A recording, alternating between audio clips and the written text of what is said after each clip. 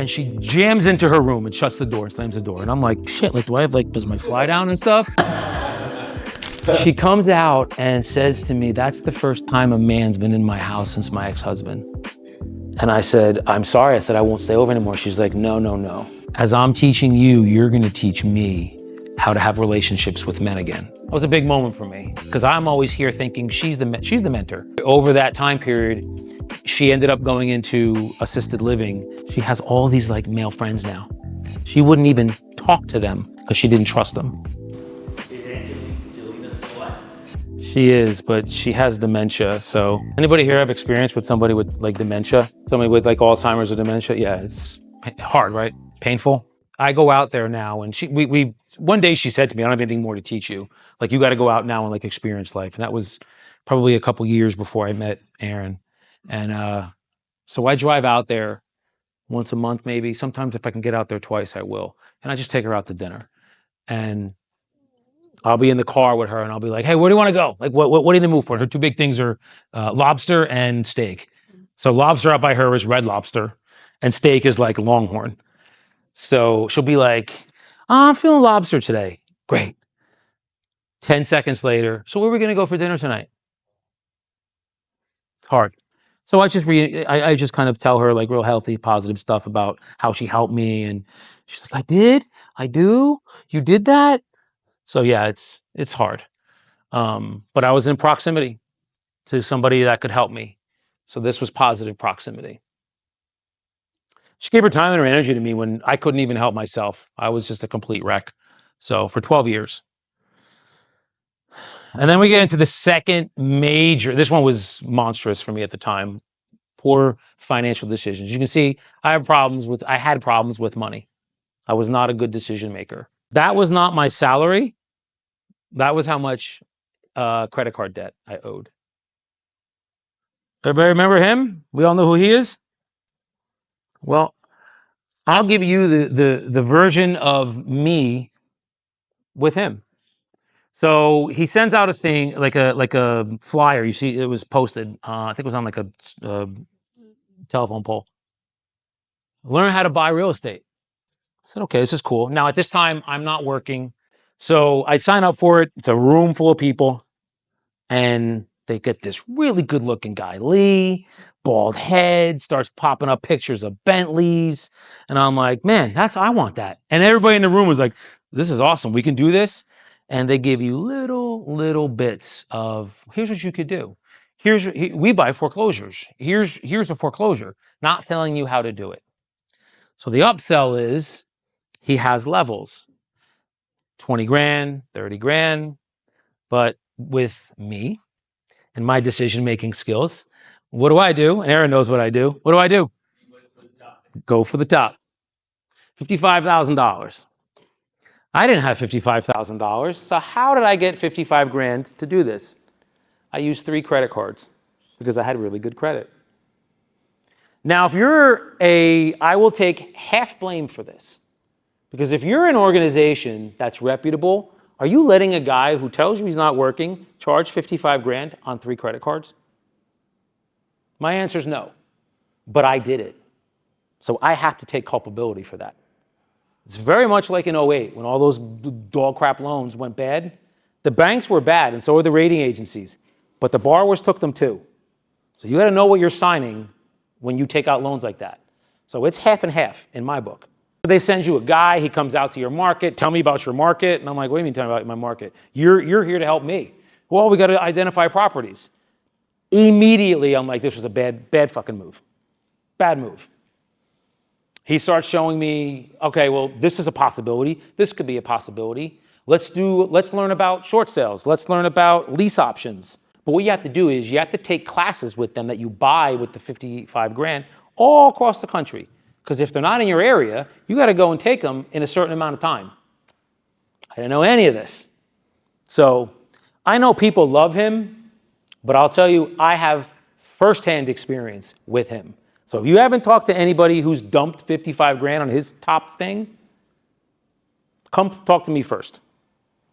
So as a result of that, the biggest decision for me that hurt me was that I had to move back into my parents' basement. And that's around the time that I met Aaron. I was broke.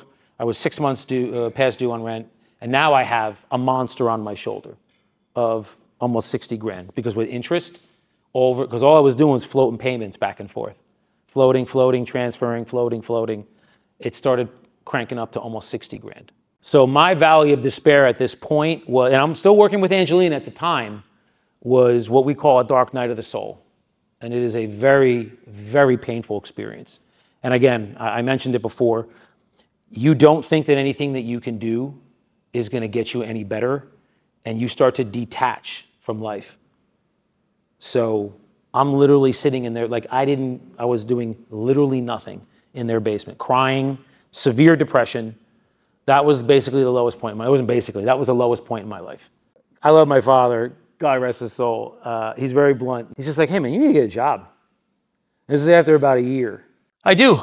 I get a job. I'm underwriting these crap loans. This is probably, I don't know, years later. But as time goes on, I'm working with Angelina and we're peeling away these layers and connecting with a source that is just bigger than me, bigger than everybody in this room. She starts to peel the onion inside of me of who I am. And my sense of self starts to take shape. And this was a huge thing for me. And these guys to this day don't talk to me anymore. They're angry. But I broke away from the pack. And I started to get an identity to myself. I'm cultivating clear communication with God. Today, this morning, I'm on the toilet because I'm sick. And I just said a prayer. I was like, God, I want to make this presentation today. People have put a lot of time and effort to have me talk. I was like, just do me a favor. I said, just lift this. I was like, just give me a window, lift it. And then I went back to bed and I woke up and I started to get to a point. I still got like a boxing match in my stomach right now, but I'm here. I'm grateful. I'm not, yeah, thank you. Thank you. This is where my discipline started to take shape. I took a job in Jersey City underwriting loans. I got up at 4 a.m. Now I'm driving from Lake Opakon to Hoboken, which is almost 2 hours away. So I'd get up to get down to Hoboken by 6, work 6 to 2:30, and then I'd go to my real estate office and work 3 o'clock to like 9. I rinsed and repeat 2 hours, I don't even know how many years, a lot of years. So I was getting up early anyway. Then I start MF coaching. And flipping homes is the primary source of my income at the time. I was doing his scripts, but it just wasn't hitting. I'm having lunch with a colleague and she says to me, you should talk to my friend. I was like, well, who's her friend? This friggin' guy. And she tells me he's a coach. And I said, you know what I first said to her about him? Because he used to go to Liberty and talk to our real estate office. I was like, you mean that cocky prick that thinks he knows everything about real estate? That would be me. Yes. That would be him. I said that to her. She's like, yeah. And I was like, no. So no. So we're eating. And if you know Mega, she can be persistent. Carla and Gab and Aaron do. She's a big time agent in our area. So I said, all right, fine. To push her off, I said, give me his number and I'll call him. So Mega does one better. She calls him. She's like, no, I'm going to call him. And she calls him. I don't know if you remember this when we were at lunch. Yeah, we were at lunch. Mega and I were. She talks to you for a couple minutes and she goes, he wants to talk to you. 2 minutes in, I quit Mike Ferry coaching and started coaching. I said to him, I want to know what you know. And he's like, I want to coach you. And at the time, you weren't even taking coaching clients. You were not. There's a coaching client that's with you now that does a lot more than me that you denied for a while. My desire was to create wealth. Aaron's desire, to create a leader. I did not see myself as a leader, did not. Remember where I'm at this point. Still got the debt's still there. I'm paying it off. But every experience with me financially has been a negative. So what do we do early on? We start building skills. Role play, starts telling me about role playing and scripts. And I got ridiculously maniacal with them. And was doing them with Captain Chris in the morning, 7:10 to 7:30, then 7:30 to 8, and then 11:30 to 12. And then I started writing them out. And obviously over time, Aaron sees my skill level with it and says, I want you to run the role play group. We start building an investment portfolio of like equities and real estate. And what we want is real estate to be my primary source, not flipping homes, where it's like a good hit here, then you're going to wait 6 months. A nice hit, then you got to wait 8 months. And this was the biggest one here, focusing on making better financial choices. And I had to say it to him. And he said, he didn't ask, but I said to him, I make piss poor financial decisions. And he was like, we're going to talk about every one that you do. To the point of, we still do it to this day. Everything that I do now, I run through him. And when I say principles of money, it is exactly what and he didn't know I had this in here. When he was talking to you guys about definitions of things, that is exactly what I needed to know. Because of the crypto.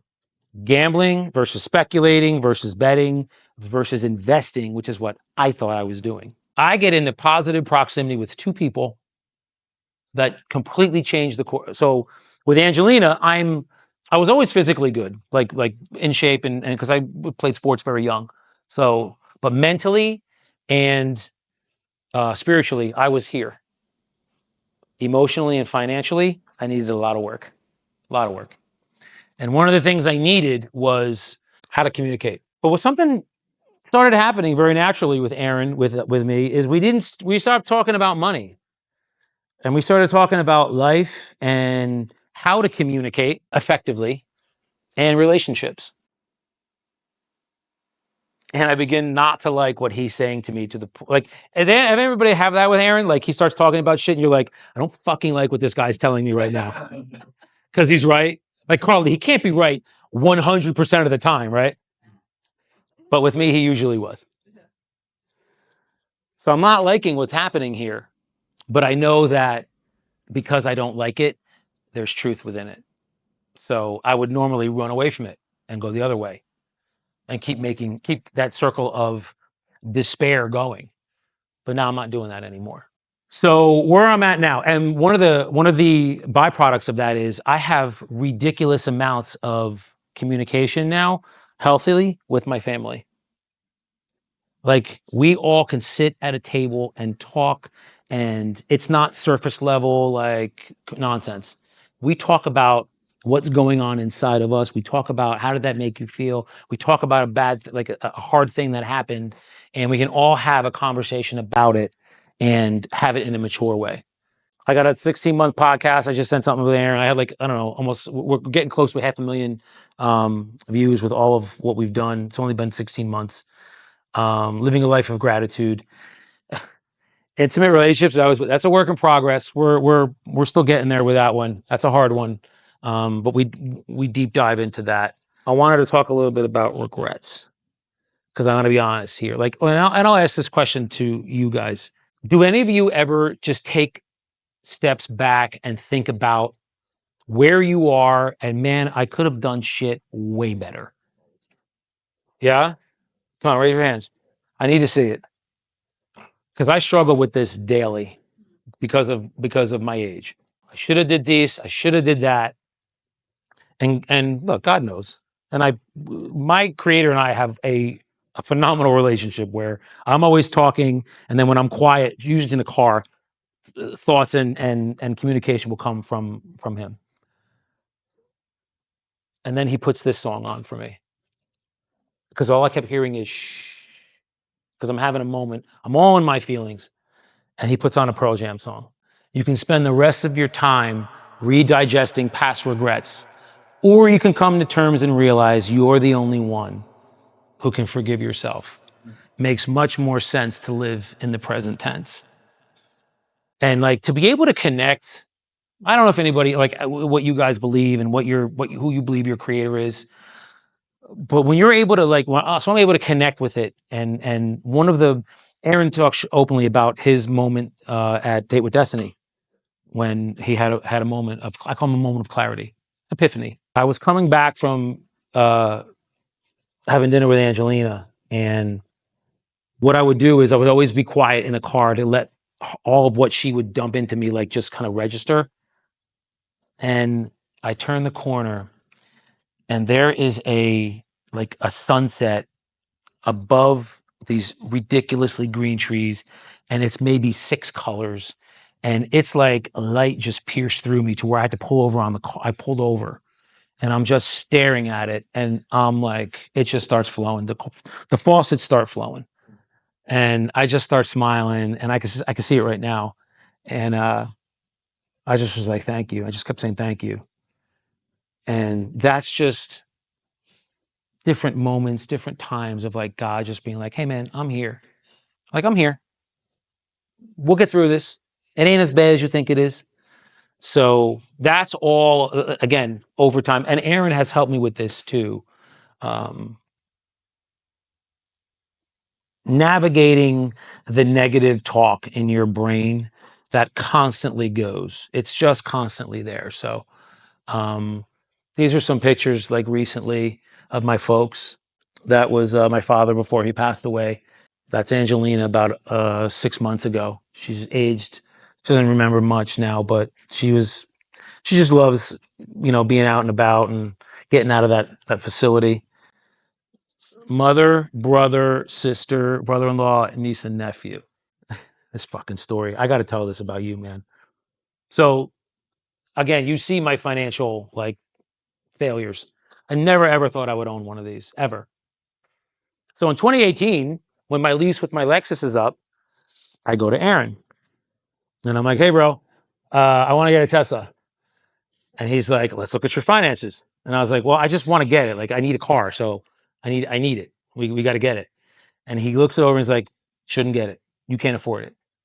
And I was like, I can make the payments on it. He's like, no, you're not making payments on this thing. You buy it twice. If you can't buy it twice, you can't buy it. And I was it hurt. It hurt. But I was like, all right, I'm going to make a good financial decision and not buy it. This is in 2021. So in 2018, I go to him with that. What does he do like a fucking year later? Buys the exact same car, exact same color, exact same everything, and sends me a picture of it. And it's like, hey, bro, look what I got. So all it did is just give me fuel. This is 2 years later. My lease was up. We go over it, and he's like, yeah, bro, you're good now. You can buy it. So I own a Tesla now. If you ever told me in my lifetime that I'm trading talk with Tony Robbins, I would tell you like you're on drugs. That is business mastery in 2018. We're talking about how piss poor my financial portfolio is, and the whole room, like 7,000 of them, start like they all get on you if Tony like says something and it's right, and it like digs to you. Everybody piles on and starts laughing. It's funny. So I had 7,000 people razzing me there, but he was cool. It was cool. But I'm in proximity to Tony Robbins. He's literally 5 feet from me, and at that event, you can pay to sit up front. You're going to pay a lot. You pay like $3,000. You sit up front. Yeah, I don't know who's sitting next to me. So as this woman starts talking to me, we're bullshitting. She owns a recycling company in California, and she's worth like $3-4 billion. And I'm sitting here like, oh yeah. You never know who you're going to run into. You just don't know. So this is one of my favorite pictures of all time. Because I really got to know Mark Ramey and Derek, and really Ricky too, on that trip to Cabo.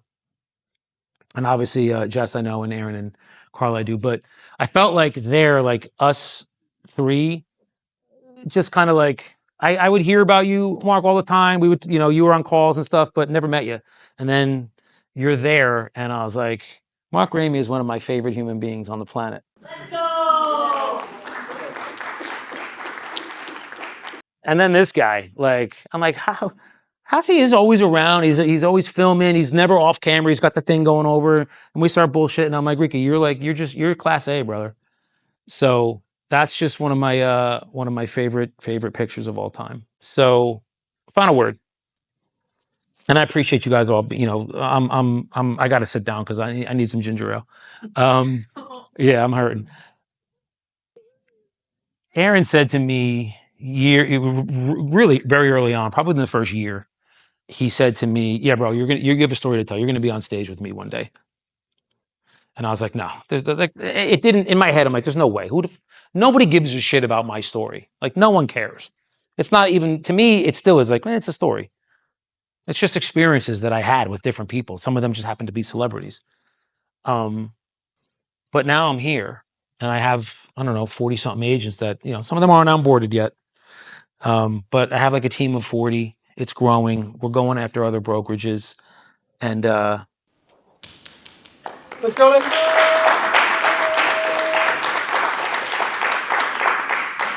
But more importantly, for me, you have somebody that believes in you when you don't believe in yourself. And for years, I didn't. Someone sees something in you that you don't see in yourself. You just need these guides along the way. And I needed one. And I needed one basically for my whole life because it was just such a mishmash of just piss poor decisions and insecurities and all these other gremlins that are in your head that are telling you ain't shit. I feel like Aaron has helped guide me to a new life that will get me financially free very shortly. And I'm just grateful for you. I'm grateful for everybody in this room. I appreciate you, brother, and I love you, man. Thanks, everybody. Come on, man. Great job, man. Great job, man. Great job. Yeah, you get a hug, bro. Yeah, appreciate you. Yeah, I appreciate you, man. So I've known Dan for probably 8 years, going on 9 years now. When I met him, he was making no money and living on his parents' couch. And now he has almost 40 agents in his organization.